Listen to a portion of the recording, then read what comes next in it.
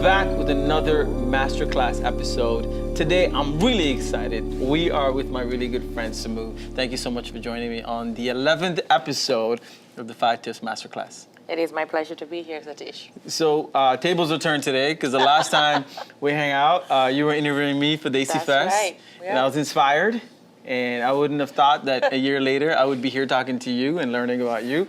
But that's what the universe is about. Those of you that have watched the 10 episodes, thank you so much for watching the 10 episodes.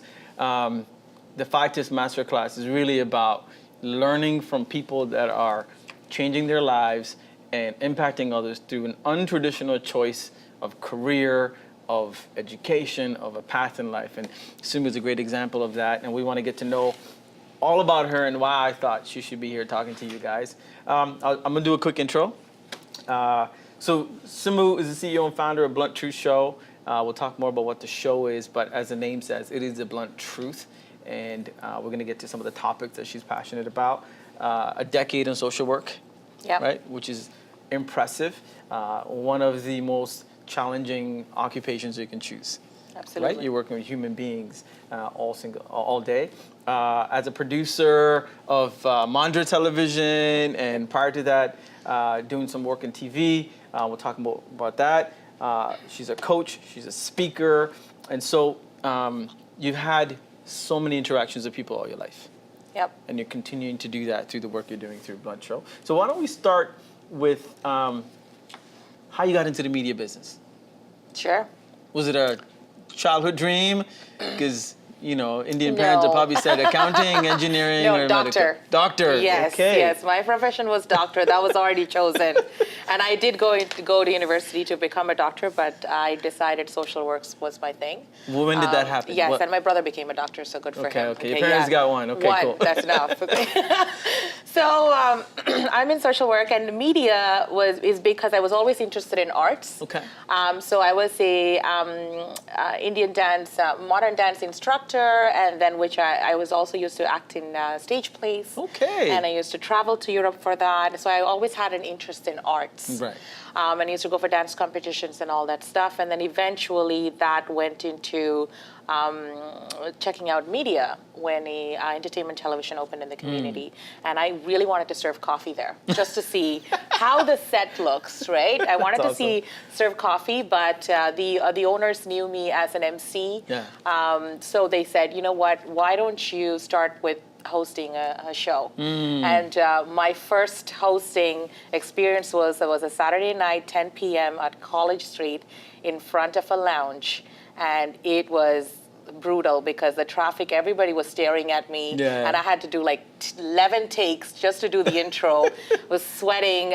So that's how I started in media. And then it went into producing reality shows, directing, and then starting my own production company, Mandra TV. And then here I am now. Now I'm a guest in your show. Yeah. Do you find there's overlaps in comparison between your social work and media? What characteristics about you carry through to both? Or is it totally separate and independent for you?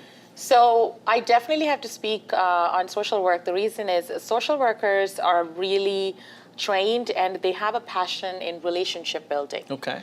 So that definitely becomes a strength in any other industry that you take that into, right? So when I went into media's communications and relationship building.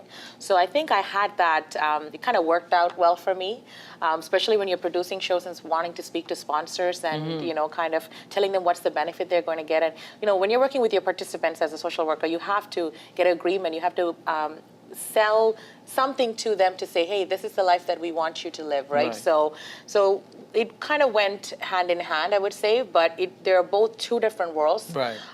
One is, you know, crisis and you deal with a lot of, like heart-touching stuff. And then here is like the luxury lifestyle and the entertainment and all the flashy stuff. So I would say kind of balanced out for me. Yeah, because you're going to get to see the extreme of both. Yes, extreme of both, right? So one was like very fun and the other one was serious. Yeah. So it worked out well for me, but I definitely would say that, you know, whatever I've learned into social work, I've taken into media. Right. And I do see that media is a very powerful tool, so why not combine both to empower people? Now, people that have seen the show, I'm typing and I'm not distracted. I am paying attention and taking notes because I don't want to forget the next questions that I want to have with you. So maybe take one step back too. Were you born here? What's your sort of upbringing? You was want like? to know my secrets? Yes. Okay. What is your deep So I'm dark born in secrets? Sri Lanka. I'm born and raised in Colombo, the capital of Sri Lanka, and I came here when I was 14 years old. Ah, okay. I'm a Scarborough girl. So I went to high That's school tough. here. Went to high school here, university here. I live here. I'm not planning to move. That's awesome. Yeah. I came to Canada when I was 14 too, from Singapore. Oh. So we both have a life in the history books Yes, that was absolutely. like changed just when we're becoming adults. Yes. I'm planning actually a trip back to Singapore. Oh, nice. Because I went to India and I realized I don't really have a history in India. Yeah. But since leaving when I was Yes. 14 in Singapore, I don't have a history. So Yeah. I have like this void in my background for 14 years that there's no like roots there. Got So it. I kind of need to go back and figure out Yes. like what happened in Singapore when I was there till 14. No, I went to Sri Lanka after 20 years last Wow. year. So yeah, I never had that need to go back. I didn't feel like it, but last year I just thought, you know what, just make a trip. Yeah. Okay. Yeah. So I've got a tough question for you. Yep. Let's start off with this, okay? Because I follow you online and all the things Yeah. you talk about. Most recently with the blunt truth, right? Mm-hmm. You're speaking about some really interesting topics. Do you consider yourself a feminist? It all depends on what your definition is about feminism. So for me, I believe in women empowerment. Okay. If you're going to come to me with a toxic idea of feminism, I do not fit into that. Are you asking me if I hate men? No, I love men. I think they're beautiful creatures. Yes. Okay, so no. So, but when it comes to women rights and having equal opportunities for both men and women, Right. I believe in that. Then I'm also a feminist. Yes, that's correct. If that is the definition Yes. you believe in. Yes. Because when I look at my daughter, she's 10 Yeah. and topics of this is going to be important for her. Yeah. So I was thinking about it before our show, going, okay, if my daughter says, Daddy, what's a feminist? My answer would be that, right? Yes. How do we, you and a man get the same opportunities, Yep. then you being a woman will not impact somebody else's decision on what to do. That's right, because I always felt like oppression doesn't come from just the man world. Females can oppress other females too because of Okay. traditions and cultural pressures. So they're like, you're supposed to do certain things at certain times. Yeah. And so when you do something different, women can criticize you as well. So I've Right. experienced from both sides. Right. But my approach when it comes to feminism is that if, have a healthy, equal opportunities for both genders. Right. So, feeding off of that Mm-hmm. and talking about blunt truth, what motivated a need for you to express yourself through this new platform, right? Because there's so many people out there. There's a podcast for every topic, Mm-hmm. Yep. and of all the things you could be doing in life, Yeah, you're now right. investing time into blunt truth. Yeah. So give me some ideas on like what motivated that, and what are some of the things that you're hoping to cover through this platform. Yeah. So Blunt Truth came after a huge wake up call for me last year, and I was always attached to a brand or a company when I went into the media industry, or if I did any community related projects. So I was never able to express myself because I have to consider my sponsors or consider the company that I'm working with. Right. But like I said, oppression and struggles came from both sides, from men Right. and women, because of cultural pressures, right? You're Right. South Asian, you already have certain expectations, and you need to be meeting them. Yeah. If not, then you're an outcast. Yeah. So I was always an outcast, but I had to fit in because I was tied to companies, organizations, Sure. or certain parties. So I had to remove myself from that so I don't damage other people's images, right? And then I said, you know what? I'm ready to speak the truth. And it's also a way of me expressing myself. Right. And my favorite quote is Mahatma Gandhi's, be the change that you want to see in the world. Right. And I was not being the change that I want to see in the world, right? I wanted to empower women from all walks of life, and to men who are progressive thinking, and I wanted to empower youth, but I was not able to do that. So through the blunt truth, what I'm trying to say is that I'm going to be authentic, and I'm going to empower other people to be authentic. We Right. are all at different levels, but let me be your voice until you get there, Right, and right. then let's take this journey together. Yeah. And one of the things you just came out with, which is for me, a very empowering message, but also one of those taboo conversations in our community. You know, this notion of big girls. Yes. Right? Yes. And I mean, you crushed it. Like, hats off.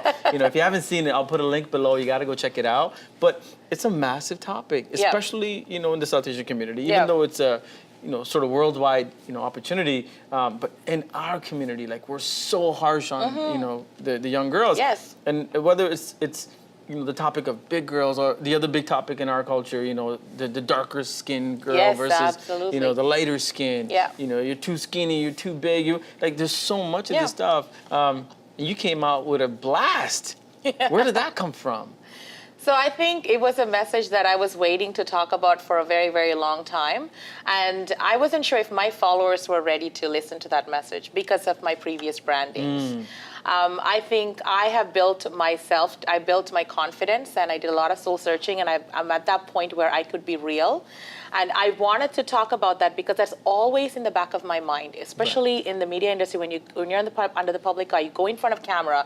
Even right now, when I sat there, I had to tell myself, oh my God, am I looking big in front of the camera? Well, what about my angle? Like, you know, what are the viewers going to see? And then I had to tell myself, no, I'm past that. Yeah. We've already had this discussion, Sumu, right? That's why you wrote that article and you already passed that. Right. So being curvy, and it's just every culture is different. Like, you know, if you look at Asian culture, majority are like petite, and South Asian culture is just like that too. So being big and being curvy is not something that is really, like, you know, very common in that culture. Even when it's common, it is more of like being called out. Right? But if you look at the Caribbean cultures and the West Indian community, being curvy and all that is embraced, and it's a version of healthy. They write songs about it. Yeah, exactly. Right. So I was like kind of torn, you know, growing up in Scarborough, like both cultures are very strong, right? So I was always torn between that. And I've had, like, you know, comments even from my aunts who will be like, you know, what if the guy wants a skinny girl, Sumu? What are you going to do? You know, and I would be like, then I'm not for him. I don't know what to say. I don't know what's the right answer, wrong answer here. Sometimes the most obvious answer is like, why don't you know this? And then they'd be like, Cha, Sumu, that is not the right answer. You need to go to the gym, right? So I was like, oh my God, my whole life is like, you know, I have this expectation to lose weight. But what if I want to embrace the curves? And what if I like living... What if I want to live in Scarborough and I fit in perfectly in Scarborough, right? So, I mean, like, you know what? You have no choice, South Asian community. You just need to accept me. I'm going to be curvy and I'm going to flaunt it. That's it. Right? No, that's amazing, man. And, you know, if we push that topic a little further, we live in a society where everything about the content we consume on social, on digital, on movies, it's this need to fit in by looking like everybody else, exactly. Right? And I struggle with that, whether it's a physical appearance or a brand presence. You know, I've you know, built a couple of successful companies. But the default is like this perception of like success and motivation, and I'm like, no, like I'm successful in my little ecosystem. Absolutely. And I'm happy with that. And if something you can learn from it, great. But I'm not gonna go out there and, like, you know, preach about it. Exactly. You know, and so when you look at sort of what you've been able to accomplish, like, you spend this time to sort of self-study. And then have the confidence to go, hey, this is how I feel about being curvy and being myself. What are the steps you went through? Because one of the things that our viewers love is the actionable steps. Right? So when you're in that mode, you're like, enough is enough. What was that process like? So my huge, I guess the trigger, the first one that came when I lost my house to a flood. And I was living out of hotels for like almost 3 months. And that's when that kind of started. But I kind of closed it because I had a business and I had to put the entrepreneur shoes on and just gonna go hustle, be a boss lady, do all this. People are looking at me, especially, you know, if you're starting a business that nobody knows, like, it's a different story. You're starting a business in the media industry and everybody's looking at you. If you're gonna fall, like, you have this huge pressure, right? So I just kept going, and then came the moment because I neglected my health. And I didn't know that I had thyroid issues, which was like getting there, and and it came to a point once I was making tons of money with Mandra. I took time off from work and because I had to figure out this house situation, and I was traveling to Thailand and Dubai and Sri Lanka, and I had my production crew was managing everything here, but I was the most unhappiest. We hear that a lot, yeah. Yes. I passed out, almost passed out, and 40 degrees in Thailand, and my brother had to leave me on the streets. Never go travel with your family. They'll just leave you dehydrated with a can of Sprite with beggars. That's what happened to me, but that was my wake-up call. I'm like, here I am, this entrepreneur woman, one of the very few women, I would say, in the media industry in the South Asian community. Stuff is happening there. Here I am sitting with the beggars on the street in Thailand, and I don't know anybody. I don't even have a phone. I have to wait until my brother comes and gets me or not get me. Wow. Right? So I'm like, what am I doing? Why am I here? Right? So I came back. I finished all my projects, and then I said, you know what? I'm going to stop, and I'm just going to really figure out what's happening internally, right? So the steps was, first, one thing, I'm not going to tell you, go on, some trip to do some soul searching. That's not what I did. Don't go to Thailand, right, with your brother. Just drink lots of water if you're going. Don't go with my brother, maybe with your brother. So it was so hard, Sathish, because I'm a person who'll always have a 9-to-5 job, and I'll have other projects running, right? I have to be always doing that. If not, I feel like an unproductive person. Yeah. So I had to tell myself, no, I'm going to do this, my work, and then after that, I'm just going to watch movies, or I'm going to go to the gym, or I'm going to go for walks, or whatever it is. Right. So I did get into a routine of going to a yoga class, watching movies, spending time with family. I started booking time to spend with people I, connected with. Yes, reconnecting. And every time I would have that bug come up and say, hey, Sumu, you need to go and do that different project. And trust me, people will call you. Be like, hey, Sumu, do you want to come and MC here? Do you want to speak here? I had to say no. I'm taking personal time. So I had to tell myself constantly and to be I don't know if anyone read the book, The Untethering Soul. It tells you all these questions, what, why, when, blah, blah, blah. It's talking in your head. I had to shut that out. And that was the way that, I kind of finally came the blunt truth. Go into you. Yes. And you said earlier when we were hanging out, self-care is first and foremost. Absolutely. Which I thought was fantastic because a lot of us ignore the self-care. Yeah. Right. Yep, and my version of self-care before was losing 50 pounds. Yeah. That would be me, doing all these crazy diets and whatever, and that's self-care.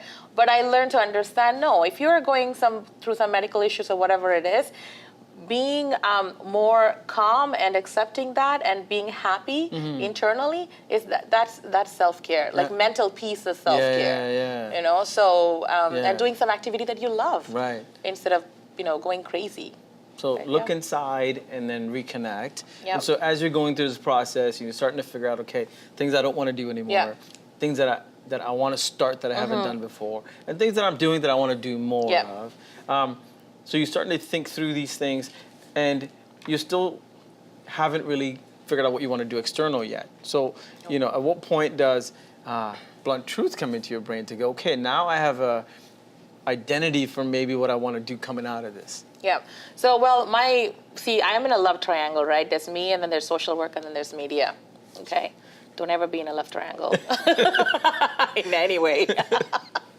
So I have to keep them both happy because I do love them both, right? Hopefully, eventually, both will connect and be like, sure, we're both going to live with you, right? Right. So my thing was, I said, you know what? I have to continue media. What am I going to do? So I thought, you know what? I've done the TV part. Let me explore the radio part.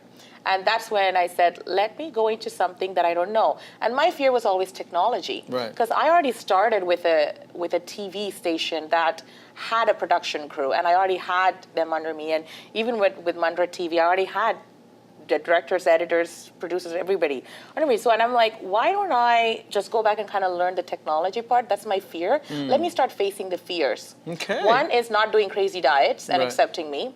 Second is learning basic things about technology.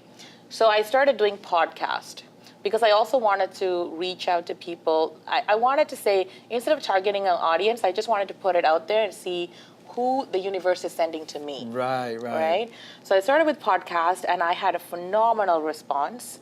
Seems like, when it comes to life coaching and self-help, a lot of people are looking for it.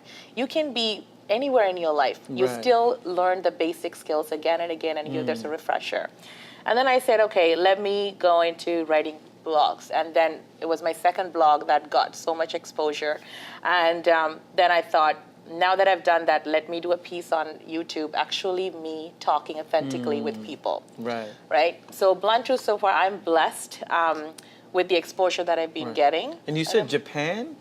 You got yes, fans so in Japan? I have the second highest downloads. First is Canada, of course. Second is Japan. Wow. I don't know how they found me. The Japanese have found me, guys.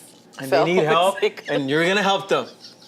Yes, they're competing with the United States. Wow. Yes, so they jump back and forth, United States and Japan. Okay, so walk me through that podcast process a little bit, because it's different when somebody interviews you, right? Because you're answering questions. Yep. But now you're sitting down in the living room and you're going, okay, what's my topics? Like, yes. How do you even think about, what is the planning on the topics? And then, do you just sit and record yourself? Does somebody interact with you so it's more natural? So I went from a 6,000 square foot studio to my living room with the table facing the wall. So I talk to the wall. So one thing I'm going to tell you, if you're a talk show host, you're going to be fine with doing podcast, because you're going to talk to somebody who's in front, behind the camera. They're not going to respond back to you. Hey, Stan! They're just going to smile and nod. So here you're just going to pretend somebody's in front of you and you're just going to talk. So what I would do is anytime a topic comes up in my head, I actually went back to things that I overcame, right? So one topic was let go and move on. That's the popular topic that's been downloaded. And the second one was I got hit with severe depression last year, right? Because of all the stuff. So I went from depression to dream building. Wow. So I started touching on topics that I can personally relate to. Then I wrote down examples, and then I said, these are the things that I did. Right. Right? So there's always something that they're listening to. Right. And podcast world is great because I am a huge podcast listener. And you're stuck in traffic. If you live in Toronto, major cities, listen, stop wasting your time. Don't stop going on your phone. Listen to a podcast. Trust me, that's a great way to get a lot of knowledge and get to know a lot of speakers out there. Right? So that's how it started. I got into online radio. Yeah. And as you were doing podcasting, and you're not a shy person. No. Have you always been an extrovert? Is that a skill that you learn over time? So I have a very antisocial side to me. People who are Get out of here. Yes. I never want to see that side. Yeah, people who are very close to me, they know that. There are sometimes, especially because keep in mind, when you go into the media industry, the first thing you sacrifice is your privacy. Okay. Right? Okay. Because you don't know people, people know you. Yeah. So there are times I've gone to events and I love food. And I would go and serve myself a plate, and I can't even eat because people are coming and talking to you, and you have to get up and you have to be polite, and you have to say, and you sit back, and especially aunties and uncles, you cannot change that. And I'm like, I want to eat that damn mutton curry. I really want to eat it right now, right? I feel I feel like they made me binge eat after. If they allowed me to eat when I'm supposed to eat, I would have been in my best shape ever. So privacy was a major thing. So I had to. So my antisocial side started to kick in. So one thing what I do is, and that I always post on social media, right? So there are some times that the whole weekend I'm in PJs watching Netflix and eating chicken wings and ice cream, but I've taken photos from before, which I just post on Instagram, pretending like I'm out partying, you got it, right? So that's the only way that I keep my privacy. Okay. But I do talk about it. This weekend I don't want to do anything. And sometimes when I go with my friends, if I'm going to speak at an event, I just say, listen, I don't have time to do small talk today. I don't feel like doing small talk. I want to do my stuff. I just want to talk to the organizer, and I want to go to a bar right now. That's it. Right? So you have to know your limits.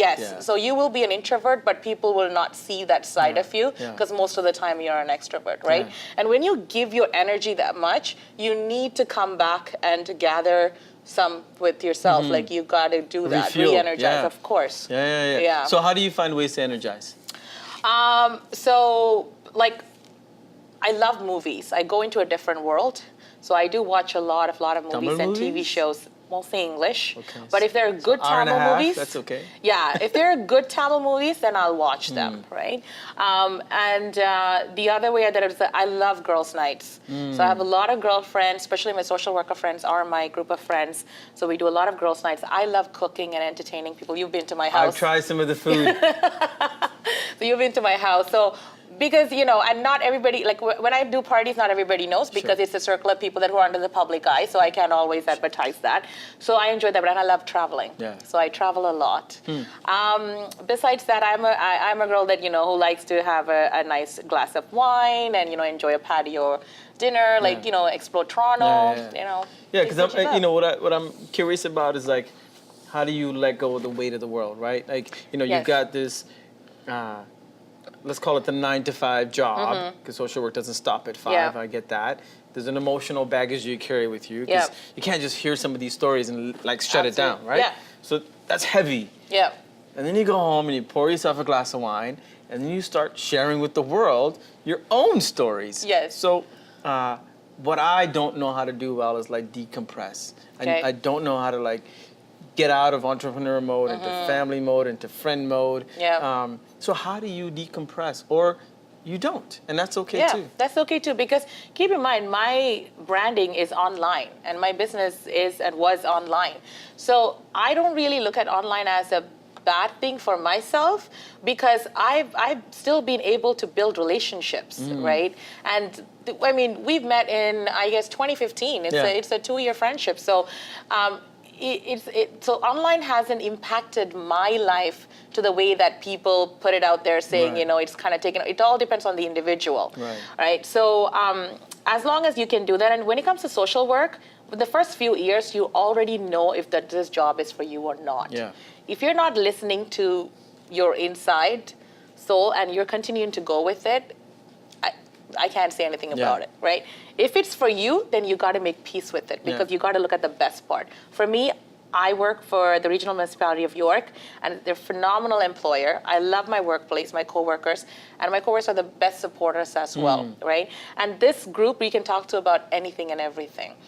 And my tip to people is that invest in relationships, right? Because when you're going through something really, a big struggle in your life, you cannot call up a friend from like high school. Right. You got to call up a friend that's now in your life, right? So if you've already broken those relationships, then it's hard for you to, build it again. So invest in relationships, because they're going to help you to tune out those other things that are bothering in your head. Yeah. So now you've got social work. Yeah. And you've got the blunt truth. Yeah. And I know you also do some coaching. Yeah. And now you're taking this magical 3-month trip as a humanitarian trip to Sri Lanka. Yes, I am going to Sri Lanka with a not-for-profit organization called Comduit. And I'm one of the volunteers that they're sending to Sri Lanka, and I'm going there as a leadership facilitator to do some work with women and youth.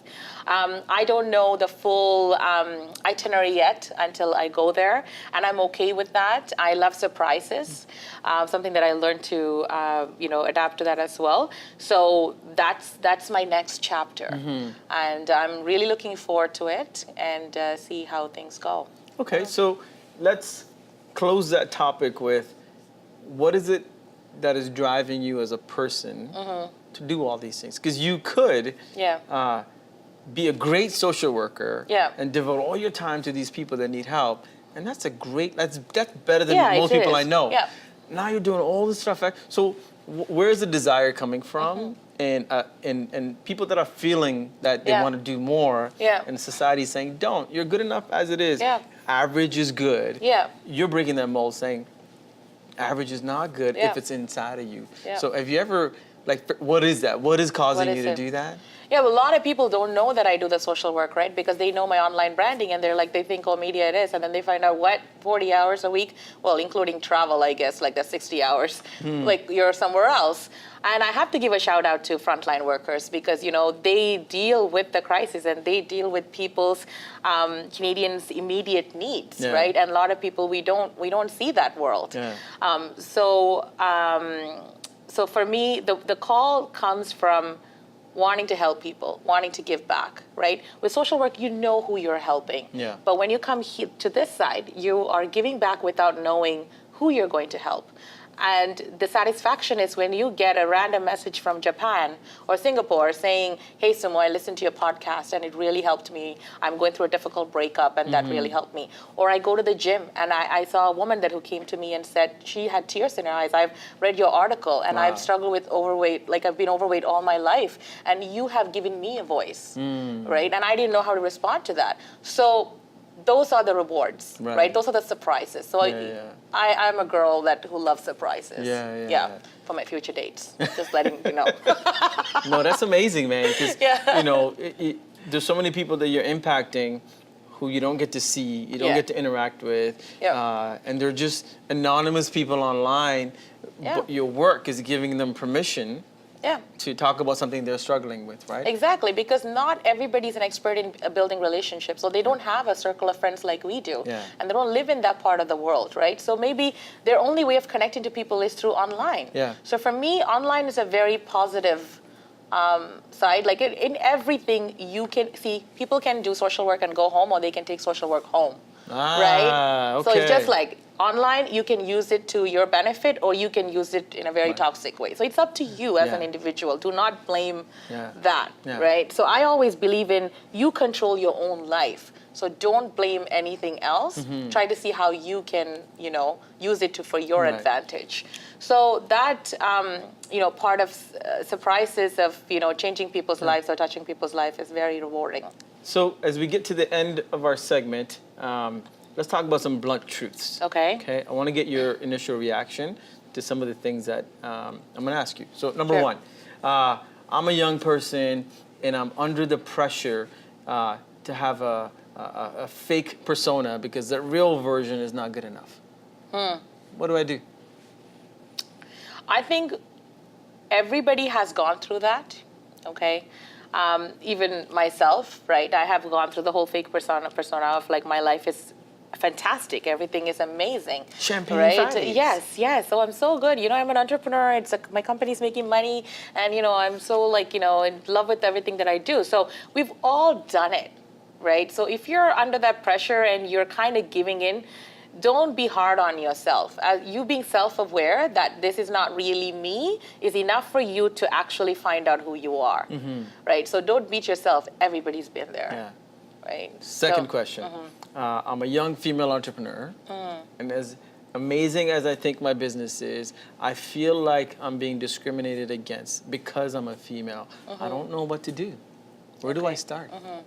So something I tell females is that when they tell me, you know, I've been criticized for this and that, and you know, not being married at a certain time or not having kids at a certain time, or because I'm just a female and it's a man's world, I always say sometimes what people look at you as your weakness is actually your strength. Okay. So for me, people looking at my weight, or me being a South Asian woman and living an independent life, you know, they looked at that as a weakness. But for me, it's a strength, right? That's why I'm able to talk to people and inspire them and also get inspired. And I don't have to impress anybody. I live happily. If you're wondering, I go to sleep peacefully. Right? That's awesome. So, like, you know, that's what I want to tell women. If you see that as a weakness, then, you know, change that. That is actually a strength, right? Now that should give you the next push to move forward. You know, if there's no door, look for a window. If there's no window, then start, you know, knocking on that wall and then start break through the drywall. Not through. Okay, maybe not the drywall. Okay. Sorry, I got excited. I know. Sorry. I was like, break stuff. No. Break stuff. Yeah, break through that drywall. I don't know what's underneath that wall. That's why. I don't know. Let's just say windows and doors. Yeah. So break through that, and you know, find a way out. Crawl out. Like you know, go out. Yeah. Okay. Last question.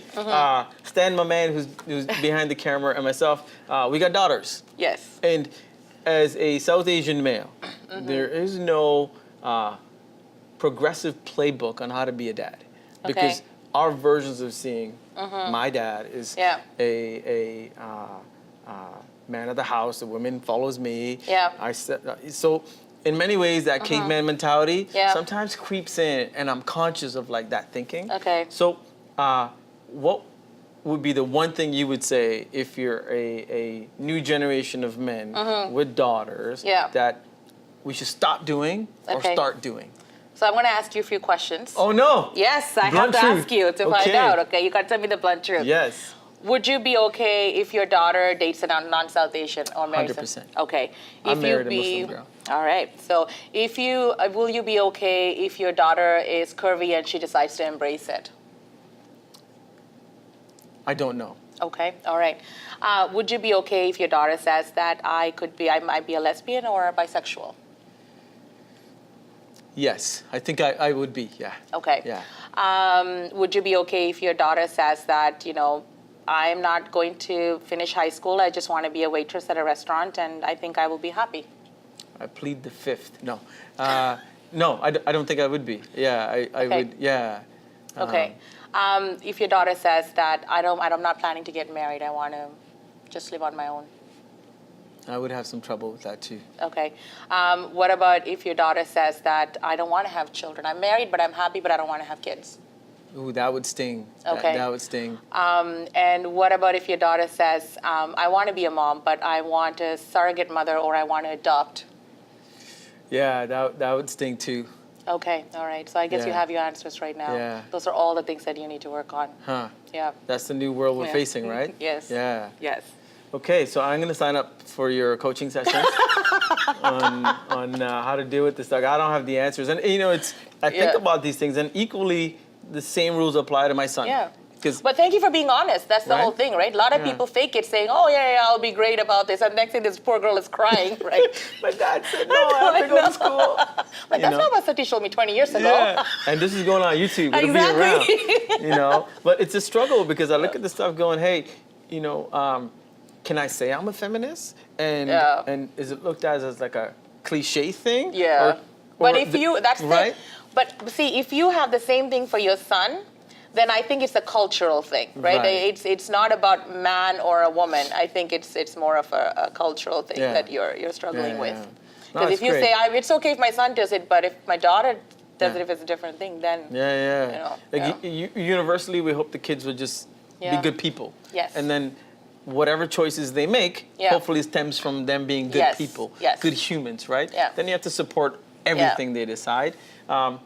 But I also don't know what it's going to be when that moment happens. Yeah, and then absolutely. you get questioned on Yeah. that all the shit you said, is it true? Do you really believe it? Yeah. Or did you say it and then now Yes. it's in your face and you got to choose the kind of man you want to be, or Exactly. even the kind of mom you want to be. You Yeah. know what I mean? So that was our Blunt Truth segment. I really enjoyed our conversation. I did You're too. doing Thank some you for incredible it. things. Thank you so much for coming by and sharing today. So much great tips, life philosophies, and I got put on the hot seat for the first time, which is awesome. But these are things that we need to talk about, not just as a culture, but as just people, because the world is changing. What the next generation needs, we need to be able to empower them with some of these tools and thoughts. You're a great role model. Thank you. And if you want to get in touch with Sumu, look at the links below and get in touch and have a conversation. She's opened herself up to help. So if you need the help, and here's your chance to get in touch. This has been episode 11 of the 5 Tips Masterclass with Sumu. Thank you so much for coming by. We'll put all the links at the bottom. We want you to come back and talk to us about the Sri Lanka trip. Sure, I When you will. come back. Thank you so much for having me, Satish. I really enjoyed this. Should we say vanakkam in Tamil or something like that? Sure. Vanakkam makkale. We will see you. Peace out.